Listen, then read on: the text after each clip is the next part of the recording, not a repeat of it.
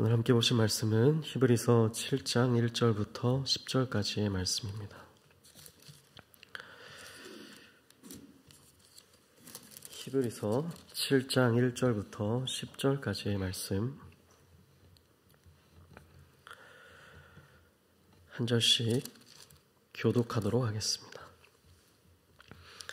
이 멜기세덱은 살렘 왕이요 지극히 높으신 하나님의 제사장이라. 여러 왕을 쳐서 죽이고 돌아오는 아브라함을 만나 복을 빈 자라.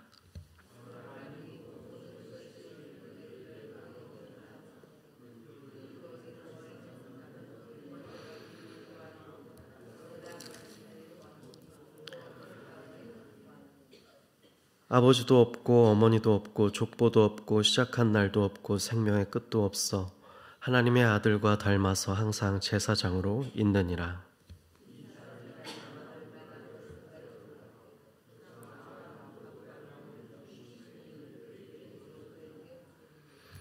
레위의 아들들 가운데 제사장의 직분을 받은 자들은 율법을 따라 아브라함의 허리에서 난 자라도 자기 형제인 백성에게서 10분의 1을 취하라는 명령을 받았으나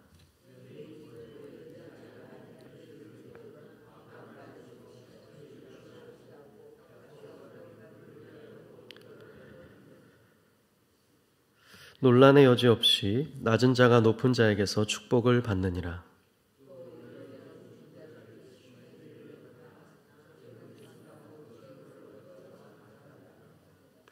또한 10분의 1을 받은 레위도 아브라함으로 말미암아 10분의 1을 바쳤다고 할 수 있나니 이는 멜기세덱이 아브라함을 만날 때에 레위는 이미 자기 조상의 허리에 있었음이라.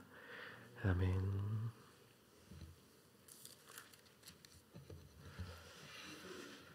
네, 오늘 이제 히브리서 7장에 나오는 멜기세덱에 대해서 함께 이 새벽에 살펴보는 시간이 되기를 원합니다. 오늘 이제 히브리서 7장의 제목 자체가 이제 멜기세덱이죠. 이제까지 구약 성경에 흐릿하게 두 구절, 두 파트 정도 이렇게 등장했었고 히브리서 안에서도 대략 두 파트 정도에서 등장하면서 멜기세덱에 대한 내용이 나왔었는데요. 이제 오늘은 이제 집중적으로 7장의 말씀에서부터는 아예 멜기세덱을 주제로 하는 모습을 보게 됩니다. 이렇게 멜기세덱을 집중적으로 또 세부적으로 언급하고 있는 성경은 히브리서 7장 이 부분이 유일하다고 할 수 있을 겁니다. 그래서 상당히 멜기세덱이 이 본문이 아니면 더더욱이 낯설고 더더욱이 신비롭고 더더욱이 수수께끼로 가득 찬 또 인물이라고 할 수 있는데 사실 오늘의 본문도 그렇게 멜기세덱에 대해서 많은 또 명확한 모든 것을 제시해주고 있지는 않죠. 하지만 우리가 오늘 멜기세덱에 대해서 살펴보면서 분명히 해야 할 것은 이 멜기세덱이 바로 예수 그리스도의 모형이 되는 인물이고 예수 그리스도를 예표하는 인물이라는 점입니다. 그러하기에 수수께끼로 가려져 있고 알려진 바가 많이 없지만 예수 그리스도와 이렇게 견주어서 예수 그리스도를 더 잘 우리에게 설명하기 위해서 그분의 모형이라고 할 수 있는 그분을 예표한다고 할 수 있는 이 멜기세덱을 지금 말하면서 활용하고 있는 것이라 저희가 이해를 해볼 수 있겠습니다.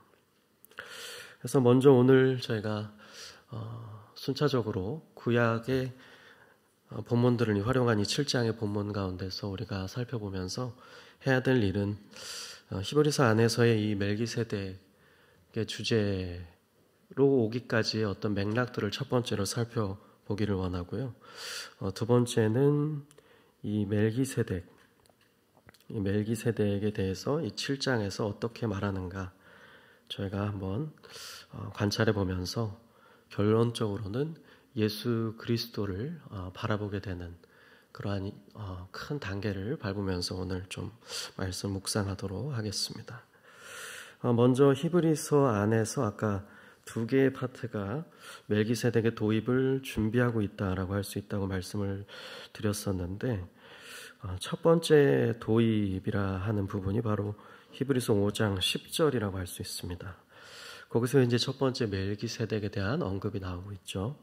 거기서 하나님께 멜기세덱의 반차, 멜기세덱의 계열, 영어로는 fixed order라는 이제 표현을 쓰는데, 그 정해진 그 멜기세덱의 계열 순서를 따라서, 반차를 따라서 대제사장이라 하나님께 칭함을 받은 이 하나님의 아들 그리스도 예수가 멜기세덱의 계열을 따르는 대제사장이라는 말이 여기서 먼저 나오면서 멜기세덱이 첫 등장을 했었습니다. 그러나 왜 멜기세덱에 대해서 그러면 더 이야기를 진행시키지 않았는가는 바로 그 이후에 구절들에 등장하다시피 히브리서의 수신자들이, 그 독자들이 둔하고 아직은 미성숙하고 어린 단계에 있기 때문에 알아들을 수 없다고 판단했었기 때문이었습니다. 그러므로 그런 부분을 지적하면서 너희가 그러한 상태에서 벗어나서 장성해야 된다, 해서 성숙해야 된다, 이런 이야기를 하면서 5장 10절 이후에 오늘 본문의 앞부분 6장 20절에 이르기까지 바로 경고와 또 권면의 말씀, 성장의 말씀을 이야기하고 있었던 것이었습니다. 그래서 5장 10절에서 잠시 보류해 두었던 이 멜기세덱에 대한 이야기가 6장 20절을 지나 7장 1절 오늘 본문에 나타나고 있는 것이죠. 그래서 사실 7장 1절 직전에 나타나는 6장 20절이 이 멜기세덱에 대한 두 번째 재차 도입이 나타나는 부분이라고 할 수 있는 것입니다. 여기서도 5장 10절과 비슷하게 나오고 있습니다. 앞서 가신 예수께서 멜기세덱의 반차를 따라 영원히 대제사장이 되어 우리를 위하여 성소 들어가셨다, 이런 이야기로 어제 말씀이 끝맺어지고 있었습니다. 멜기세덱의 반차를 따라 영원한 대제사장이신 그리스도 예수에 대한 내용이 다시 한번 어제 말씀에 나왔었던 것이죠. 그러면서 이제 7장에 비로소 멜기세덱에 대해서 아직은 너희가 깨달을 수준이 안 된다면서 보류해 두었던 주제를 가지고 와서 이제 그 주제에 대한 해설, 상세한 내용을 이 히브리서의 저자가 시작하고 있다라고 볼 수 있습니다. 그러면 오늘의 말씀은 이 멜기세덱에 대해서 어떻게 이야기하고 있는가, 그리고 그것을 통해 우리가 예수 그리스도의 어떠한 점을 바라보게 되는가 한번 묵상해 보기를 원합니다. 먼저는 순차적으로 보시면 멜기세덱에 대해서 창세기 14장 18절에서 20절 본문이죠. 그 본문에 나오는 아브라함과 멜기세덱의 그 만남에 대해서 언급하면서 그가 줄 수 있는 정보와 그가 줄 수 있는 해설을 이야기하죠. 그래서 그가 언급하면서 이야기하는 것은 그는, 이게 창세기에도 나오죠, 살렘의 왕이다라고 이야기합니다. 살렘, 예루살렘과 동일한 지역 명인 것으로 추측이 되는데, 이 살렘, 예루살렘의 왕이다라고 이야기합니다. 그리고 또 이야기하고 있는데요, 이 부분도 창세기에 나오는 부분이죠. 지극히 높으신 하나님의 제사장이다. 그래서 멜기세덱은 두 가지의 어떤 직분이 있는 것으로 설명이 될 수 있겠죠. 왕이자 제사장이다.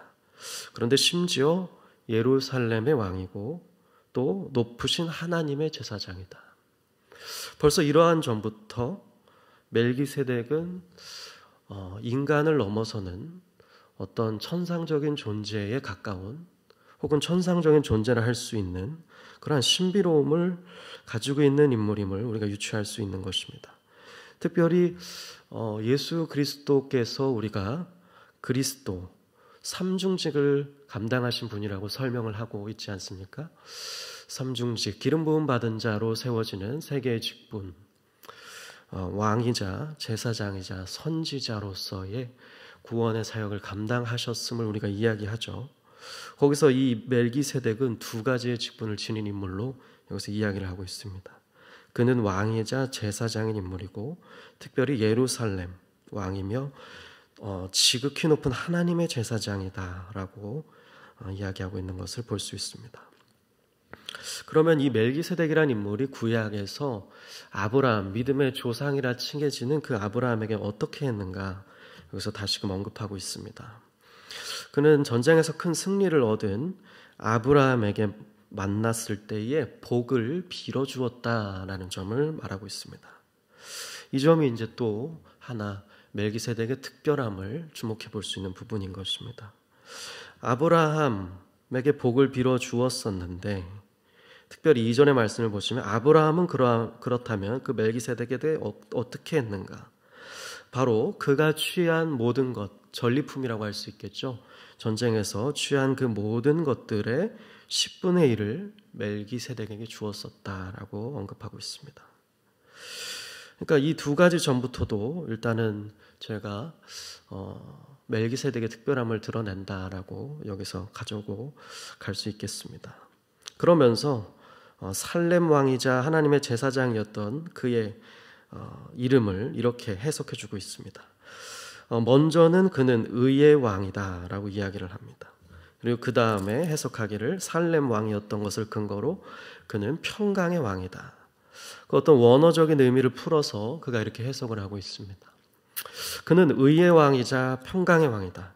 의와 평강, 평화의 왕, 이 점도 또한 예수 그리스도를 예표하는 것이다 할 수 있을 겁니다.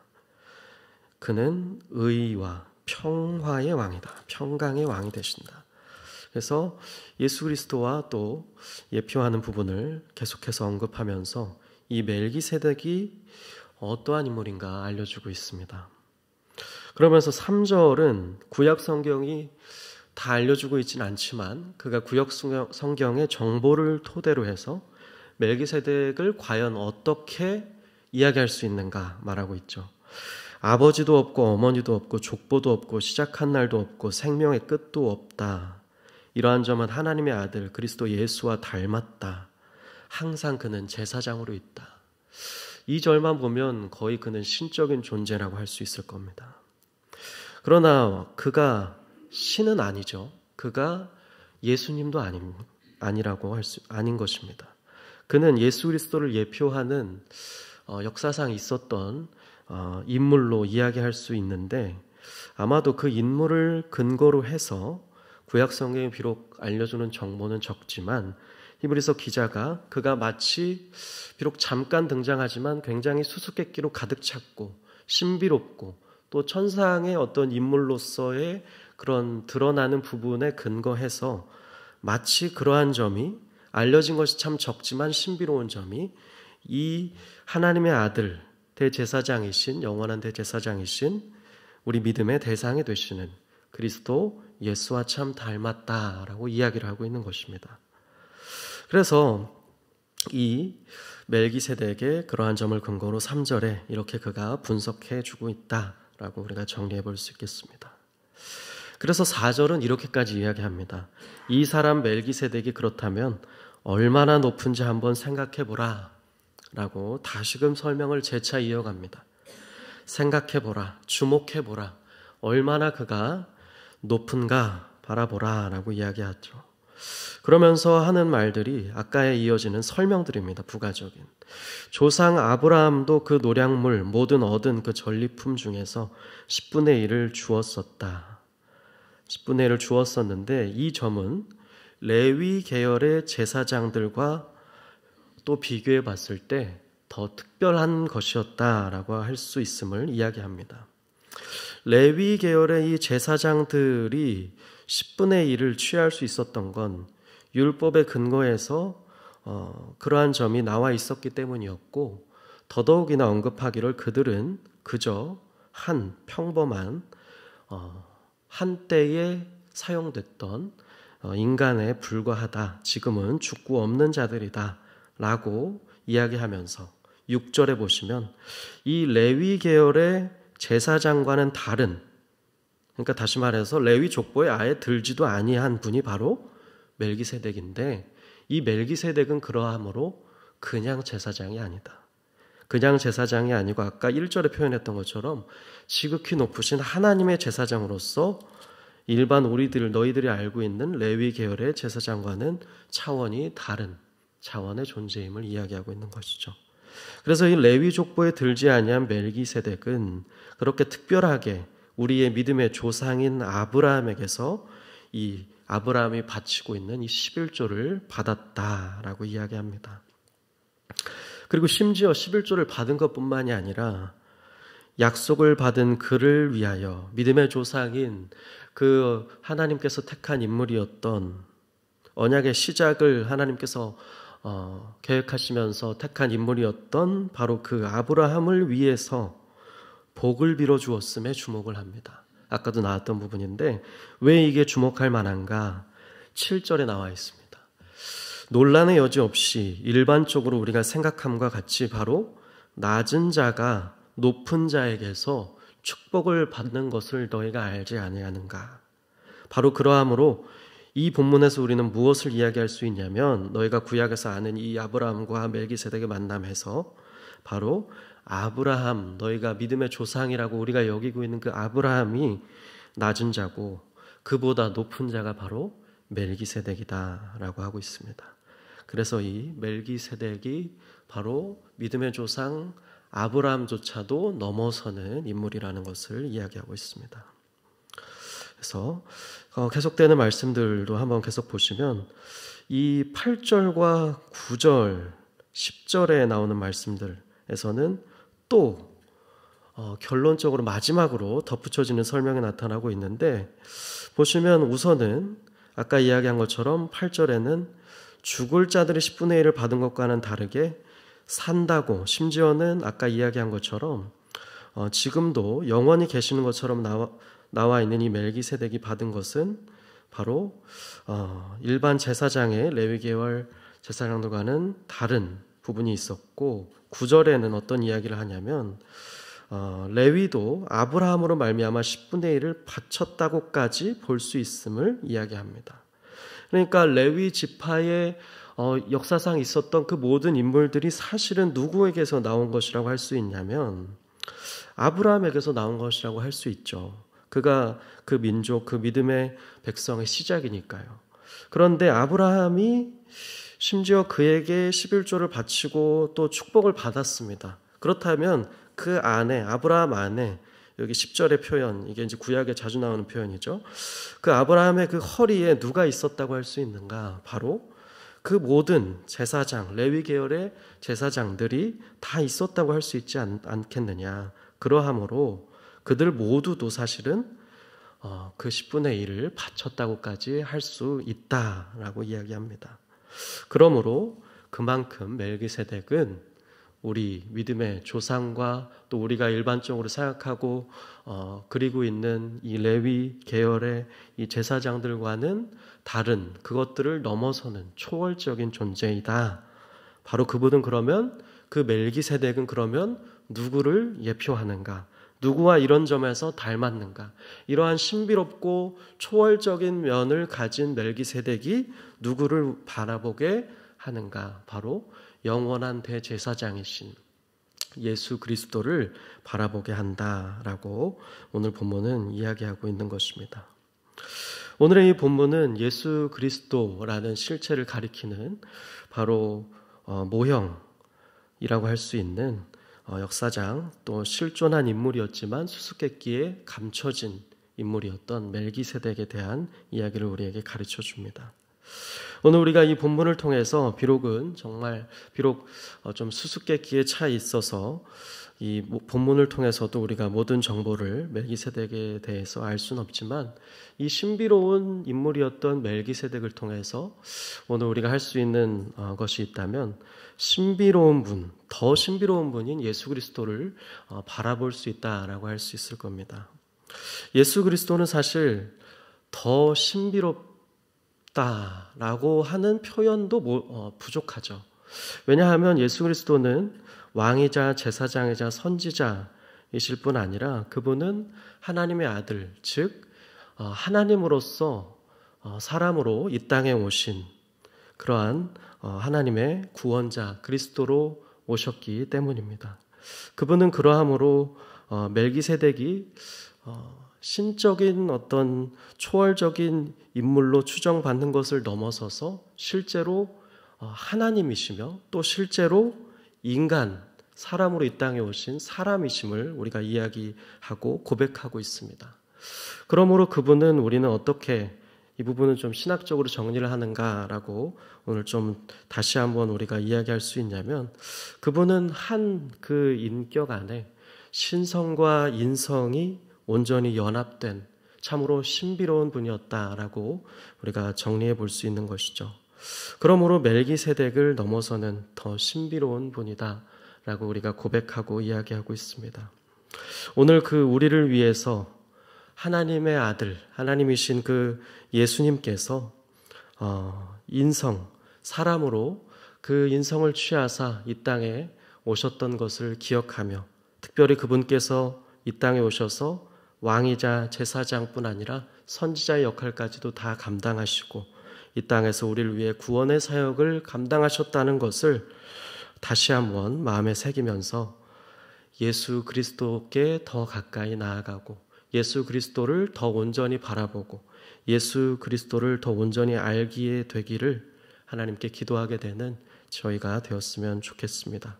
그렇게 예수님과 더 깊이 동행하고 그렇게 예수님을 더 우리의 남은 신앙생활 동안에 주께서 다시 부르시고 주께서 다시 오실 그때까지 더 온전히 연합되고 그분을 더 온전히 아시게 되는 은혜가 있는 저와 여러분 되기를 주님의 이름으로 축복합니다. 같이 한번 기도하겠습니다. 살아계신 하나님, 우리로 하여금 예수 그리스도 그분을 이 새벽에 다시 한번 이 멜기세덱이라는 신비로운 인물을 통하여 더 신비로운 주님을 바라보게 하심을 감사합니다. 오늘 이 예수 그리스도 그 우리의 유일한 구원자 되신 그 주님만을 온전히 바라보고 그 주님만을 더 알기를 원합니다. 히브리서의 기자가 이 멜기세덱이라는 인물을 통해 우리에게 예수님을 더 온전히 알고 바라보고 설명하고자 했던 것처럼 하나님, 이 시간 우리가 예수님을 더 온전히 그렇게 알고 바라보고 믿고 그 주님을 온전히 우리 삶 가운데 다시 한번 초청하고 그분과 연합되어지는 은혜가 있을 수 있도록 인도하여 주시옵소서. 그렇게 우리가 이 새벽에도 주님을 알기를 원합니다. 우리 힘으로는 온전히 알 수 없사오니 성령님 조명해 주시고 온전히 주님을 더 알아갈 수 있도록 우리를 인도하여 주시옵소서. 온전히 예수님만 바라보는 또 오늘의 하루 될 수 있도록 하나님께서 인도하여 주시옵소서. 감사드리며 살아계신 예수 그리스도의 이름으로 기도드립니다. 아멘.